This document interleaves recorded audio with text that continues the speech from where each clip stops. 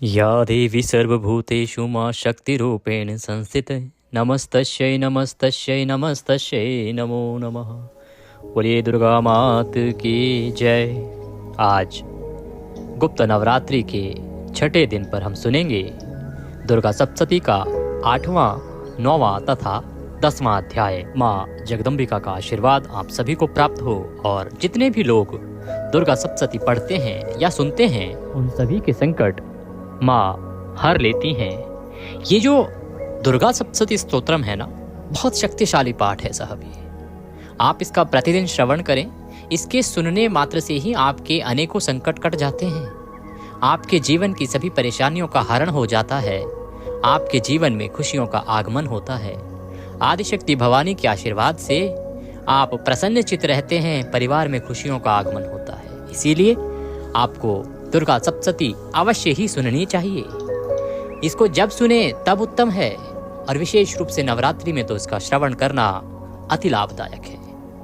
तो आइए आज का 8वां अध्याय आरंभ करते हैं।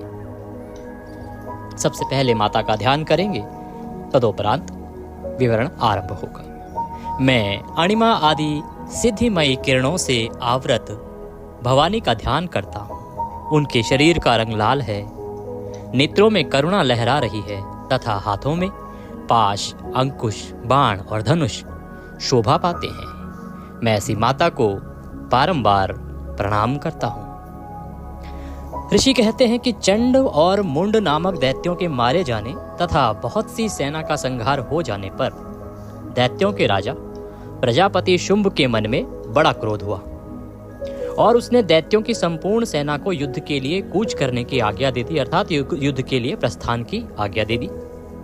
वह बोला, आज उदायुध नाम के 86 दैत्य सेनापति अपनी सेनाओं के साथ युद्ध के लिए प्रस्थान करें। कंबु नाम वाले दैत्यों के 84 सेनानायक अपनी वाहिनी से घिरे हुए यात्रा करें। 50 कोटि वीर्य कुल के और 100 धूम्र कुल के असुर सेनापति मेरी आज्ञा से सेना सहित कूच करें।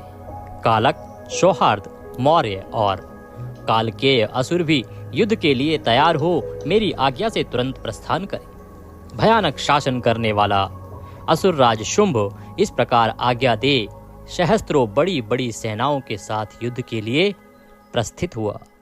उसकी अत्यंत भयंकर सेना आती देख चंडिका ने अपने धनुष के टंकार से पृथ्वी और आकाश के बीच का भाग गुंजा दिया। राजन, तदंतर देवी के सिंह ने भी बड़े जोर जोर से दहाड़ना आरंभ किया। फिर अंबिका ने घंटे के शब्द से उस ध्वनि को और भी बढ़ा दिया। धनुष की टंकार, सिंह की दहाड़ और घंटे की ध्वनि से संपूर्ण दिशाएं गूंज उठी। उस भयंकर शब्द से काली ने अपने विकराल मुख को और बड़ा कर लिया तथा इस प्रकार वे विजयिनी हुई। उस तुमुल नाद को सुनकर दैत्यों की सेनाओं ने चारों ओर से आकर चंडिका देवी, सिंह तथा काली देवी को क्रोध पूर्वक घेर लिया।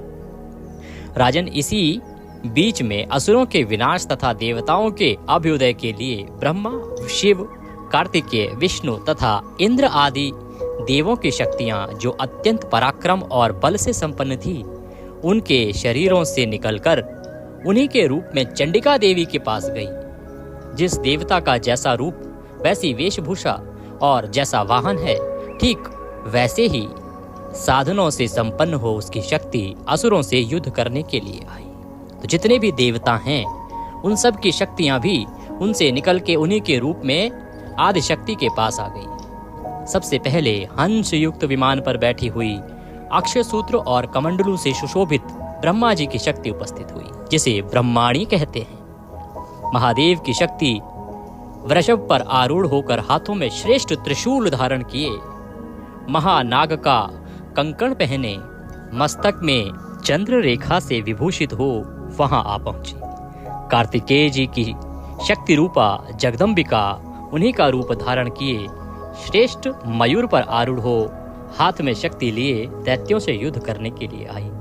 इसी प्रकार भगवान विष्णु की शक्ति गरुड़ पर विराजमान हो शंख, चक्र, गदा, शंख, धनुष तथा खड्ग हाथ में लिए वहां आई।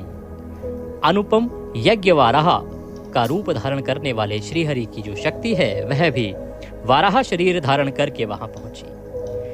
नारसिंगी शक्ति भी नरसिंह के समान शरीर धारण करके वहां आई। उसकी गर्दन के बालों के झटके से आकाश के तारे बिखर पड़े। इसी प्रकार इंद्र की शक्ति वज्र हाथ में लिए गजराज ऐरावत पर बैठकर आई। उसके भी सहस्त्र नेत्र थे। इंद्र का जैसा रूप है वैसा ही उसका भी था। तदंतर उन देव शक्तियों से घिरे हुए महादेव जी ने चंडिका से कहा, मेरी प्रसन्नता के लिए तुम शीघ्र ही इन असुरों का संहार करो। तब देवी के शरीर से अत्यंत भयानक और परम उग्र चंडिका शक्ति प्रकट हुई, जो सैकड़ों गीदड़ियों की भांति आवाज करने लगी। उस अपराजिता देवी ने धूमिल जटा वाले महादेव जी से कहा, भगवन, आप शुंभ निशुंभ के पास दूत बनकर जाइए और उन अत्यंत गर्वीले दानव शुंभ एवं निशुंभ दोनों से कहिए, साथ ही उनके अतिरिक्त जो दानव युद्ध के लिए वहां उपस्थित हों उनको भी यह संदेश दीजिए, दैत्यों, यदि तुम जीवित रहना चाहते हो तो पाताल को लौट जाओ। इंद्र को त्रिलोकी का राज्य मिल जाए और देवता यज्ञ भाग का उपभोग करें। यदि बल के घमंड में आकर तुम युद्ध की अभिलाषा रखते हो तो आओ, मेरी शिवाएं अर्थात योगिनियां तुम्हारे कच्चे मांस से तृप्त हों। चूंकि उस देवी ने भगवान शिव को दूत के कार्य में नियुक्त किया था, इसीलिए वह शिवदूती के नाम से संसार में विख्यात हुई।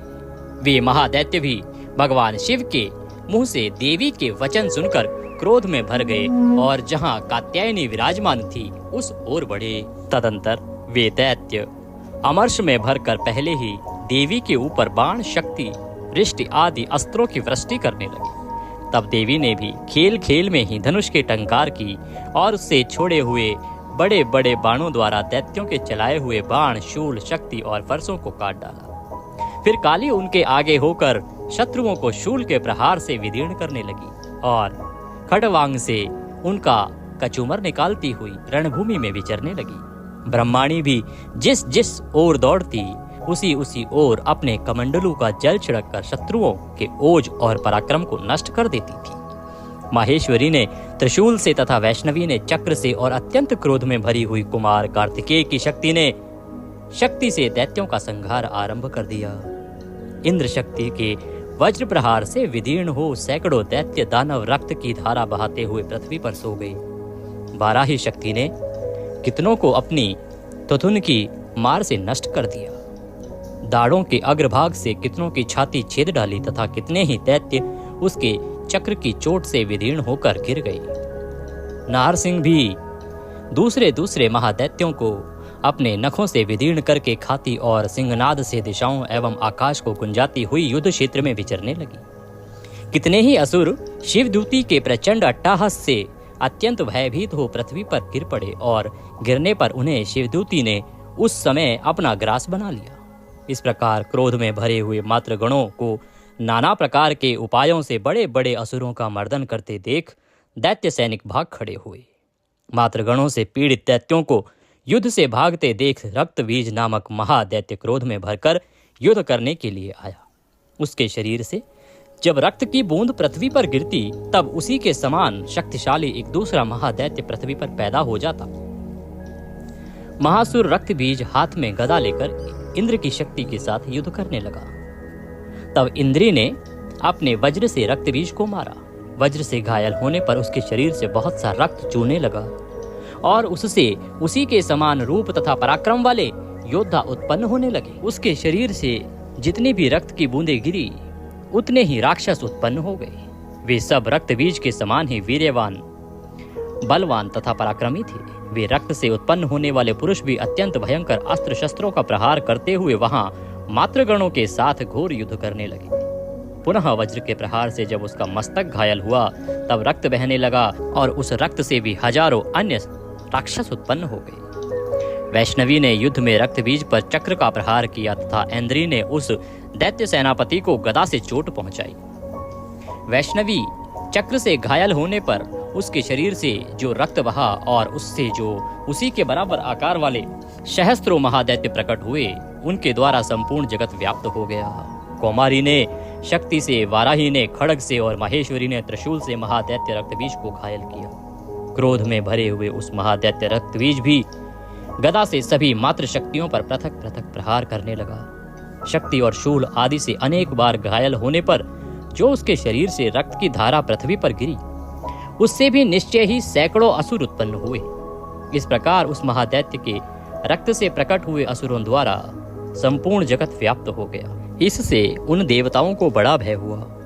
देवताओं को उदास देखकर चंडिका ने काली से शीघ्रता पूर्वक कहा, चामुंडे, तुम अपना मुख और भी फैलाओ तथा मेरे शस्त्रपात से गिरने वाले रक्त बिंदुओं को, उनसे उत्पन्न होने वाले महादैत्यों को तुम अपने इस उतावले मुख से खा जाओ। इस प्रकार रक्त से उत्पन्न होने वाले महादैत्यों का भक्षण करती हुई तुम रण में विचरती रहो।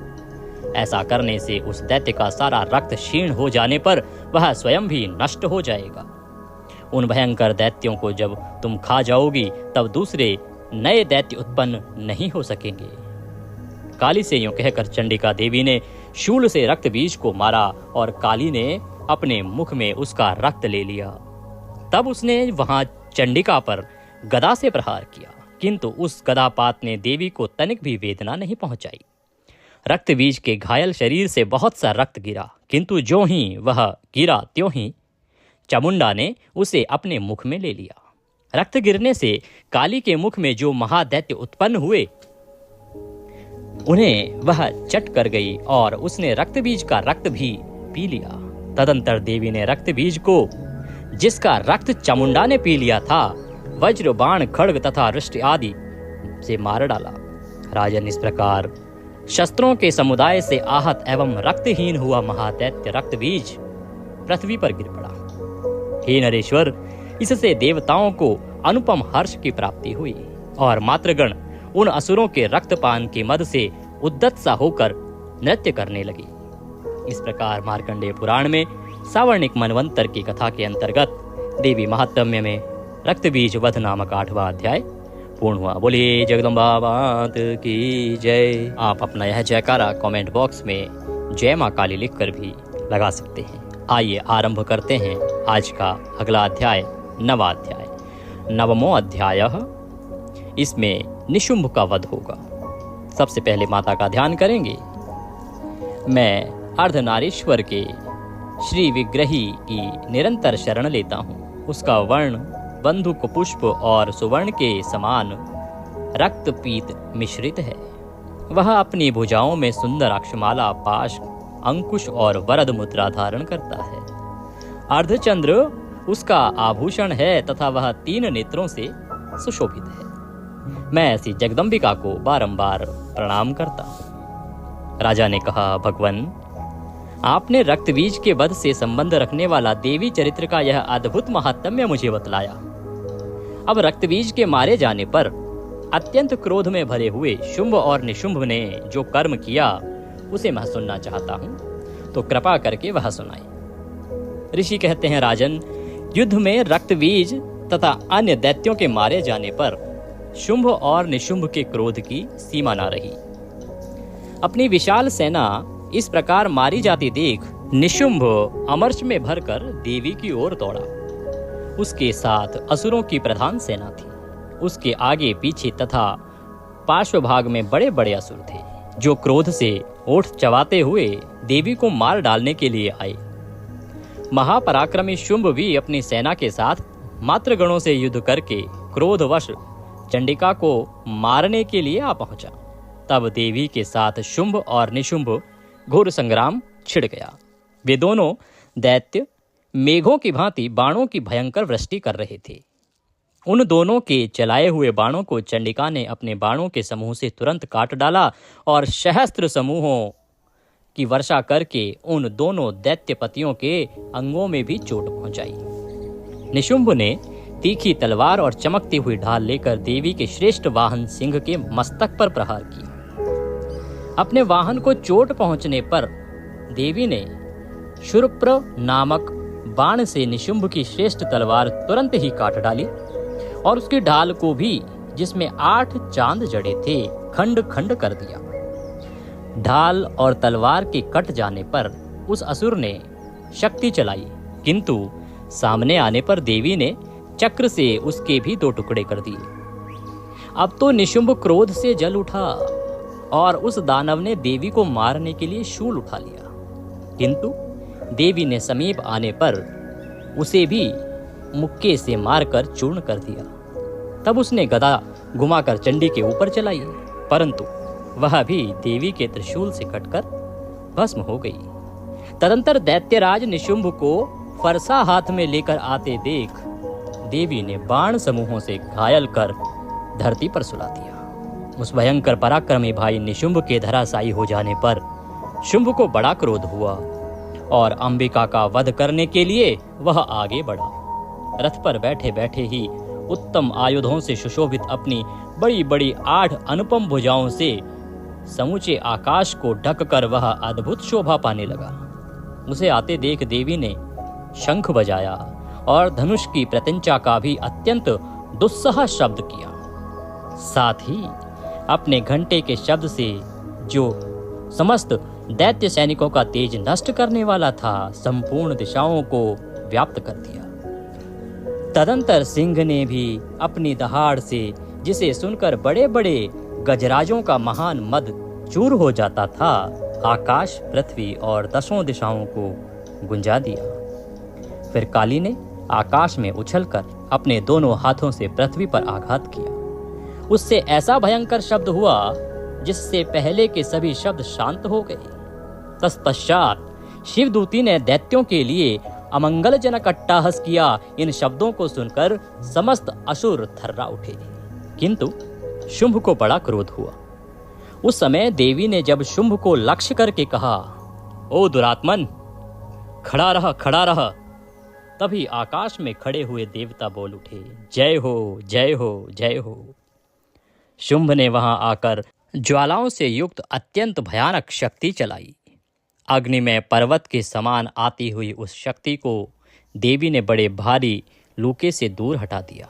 उस समय शुंभ के सिंहनाद से तीनों लोक गूंज उठे। राजन, उसकी प्रतिध्वनि से वज्रपात के समान भयानक शब्द हुआ, जिसने अन्य सब शब्दों को जीत किया। शुंभ के चलाए हुए बाणों के द्वारा देवी ने और देवी के चलाए हुए बाणों के द्वारा शुंभ ने अपने भयंकर बाणों द्वारा सैकड़ों और हजारों टुकड़े कर दिए। तब क्रोध में भरी हुई चंडिका ने शुंभ को शूल से मारा। उसके आघात से मूर्छित हो वह पृथ्वी पर गिर पड़ा।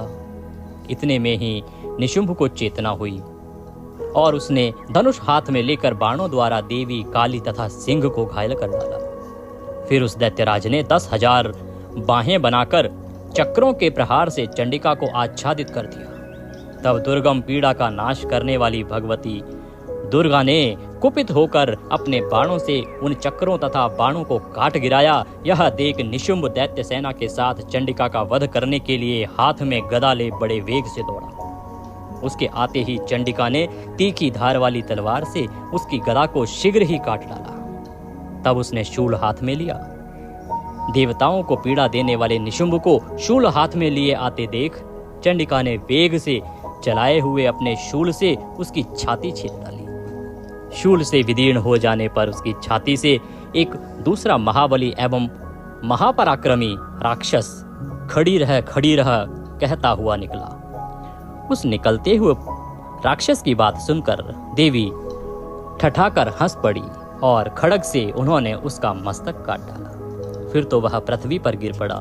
तदंतर सिंह अपनी दाढ़ों से असुरों की गर्दन कुचल कर खाने लगा। यह बड़ा भयंकर दृश्य था। उधर काली तथा शिवदूती ने भी अन्यान्य दैत्यों का भक्षण आरंभ किया।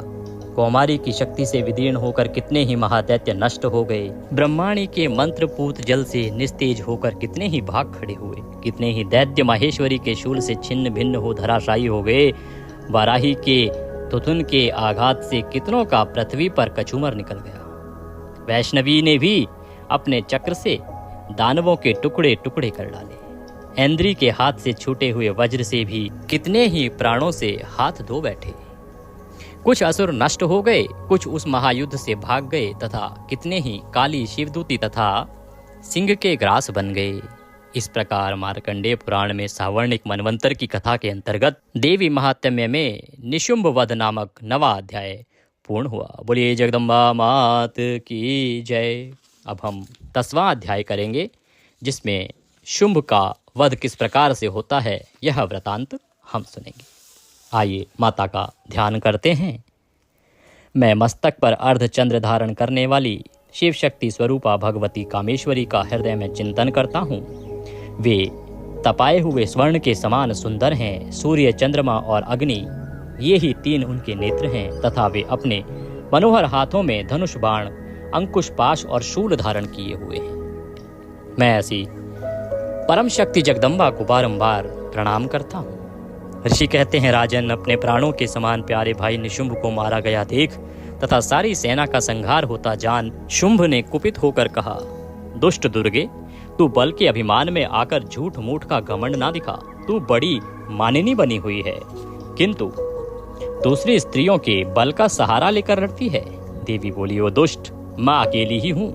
इस संसार में मेरे सिवा दूसरी कौन है? देखिए, मेरी ही विभूतियां हैं, अतः मुझ में ही प्रवेश कर रही हैं। तदंतर ब्रह्माणी आदि समस्त शक्तियां अंबिका देवी के शरीर में लीन हो गई। उस समय केवल अंबिका देवी ही रह गई। देवी बोली, मैं अपनी ऐश्वर्य शक्ति से अनेक रूपों में यहाँ उपस्थित हुई थी। उन सब रूपों को मैंने समेट लिया। अब अकेली ही युद्ध में खड़ी हूँ, तुम भी स्थिर हो जाओ। ऋषि कहते हैं, तदंतर देवी और शुंभ दोनों में सब देवताओं तथा दानवों को देखते देखते भयंकर युद्ध छिड़ गया। बाणों की वर्षा तथा तीखे शस्त्रों एवं दारुण अस्त्रों के प्रहार के कारण उन दोनों का युद्ध सब लोगों के लिए बड़ा भयानक प्रतीत हुआ। उस समय अंबिका देवी ने जो सैकड़ों दिव्य अस्त्र छोड़े, उन्हें दैत्यराज शुंभ ने उनके निवारक अस्त्रों द्वारा काट डाला। इसी प्रकार शुंभ ने भी जो दिव्य अस्त्र चलाए, उन्हें परमेश्वरी भयंकर हुंकार शब्द के उच्चारण आदि द्वारा खिलवाड़ में ही नष्ट कर डालती थी। तब उस असुर ने सैकड़ों बाणों से देवी को आच्छादित कर दिया। यह देख क्रोध से भरी हुई उन देवी ने बाण मारकर उसका धनुष काट डाला। धनुष कट जाने पर भी फिर दैत्यराज ने शक्ति हाथ में ली, किंतु देवी ने चक्र से उसके हाथ की शक्तियों को भी काट गिराया। तत्पश्चात दैत्यों के स्वामी शुंभ ने चांद वाली चमकती हुई ढाल और तलवार हाथ में ली उस समय देवी पर धावा किया। उसके आते ही चंडिका ने अपने धनुष से छोड़े हुए तीखे बाणों द्वारा उसकी सूर्य किरणों के समान उज्जवल ढाल और तलवार को तुरंत ही काट दिया। फिर उस दैत्य के घोड़े और सारथी मारे गए। धनुष तो पहले ही कट चुका था। अब उसने अंबिका को मारने के लिए उद्यत हो भयंकर मुदगर हाथ में लिया। उसे आते देख देवी ने अपने तीक्ष्ण बाणों से उसका मुदगर भी काट डाला। तिस पर भी वह असुर मुक्का तान कर बड़े वेग से देवी की ओर झपटा। उस दैत्यराज ने देवी की छाती में मुक्का मारा। तब उन देवी ने भी उसकी छाती में एक चांटा जड़ दिया। देवी का थप्पड़ खाकर दैत्यराज शुंभ पृथ्वी पर गिर पड़ा, किंतु पुनः सहसा पूर्ववत उठकर खड़ा हो गया। फिर वह उछला और देवी को ऊपर ले जाकर आकाश में खड़ा हो गया। तब चंडिका आकाश में भी बिना किसी आधार के ही शुंभ के साथ युद्ध करने लगी। उस समय दैत्य और चंडिका आकाश में एक दूसरे से लड़ने लगे। उनका वह युद्ध पहले सिद्ध और मुनियों को विस्मय में डालने वाला हुआ।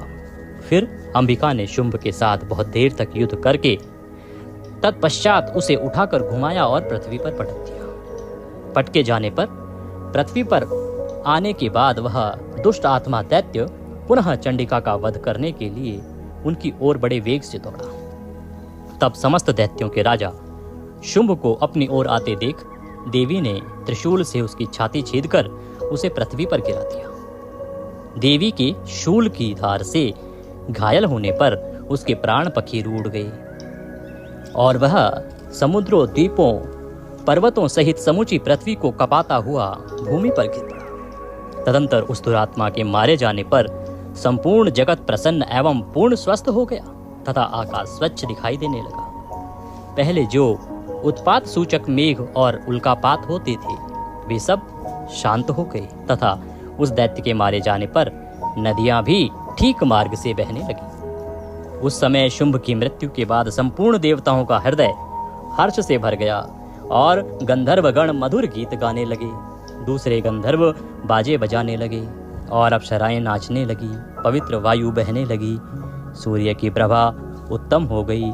अग्निशाला की बुझी हुई आग अपने आप प्रज्वलित हो उठी तथा संपूर्ण दिशाओं के भयंकर शब्द शांत हो गए। इस प्रकार मार्कंडेय पुराण में सावर्णिक मनवंतर की कथा के अंतर्गत देवी महात्म्य में शुंभवध नामक 10वां अध्याय पूर्ण हुआ। बोलिए जगदम्बा मात की जय।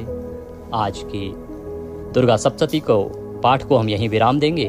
आगे 11, 12, 13 3 अध्याय हैं जो हम अगले 3 दिनों में पूर्ण करेंगे।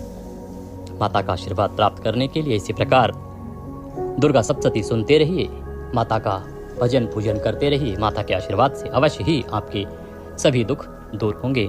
माँ सब पर कृपा करें, यही कामना करते हैं। वीडियो अगर जरा सा भी अच्छा लगे तो उसे लाइक अवश्य कीजिएगा। सबके लिए उपयोगी है तो जितना हो सके इसको शेयर कीजिए, जिससे कि अधिक लोग लाभ ले सकें और जब वो भगवान की भक्ति करेंगे, सुनेंगे तो उसका पुण्य आपको भी प्राप्त होगा। माँ सब पर कृपा करें। जय माता।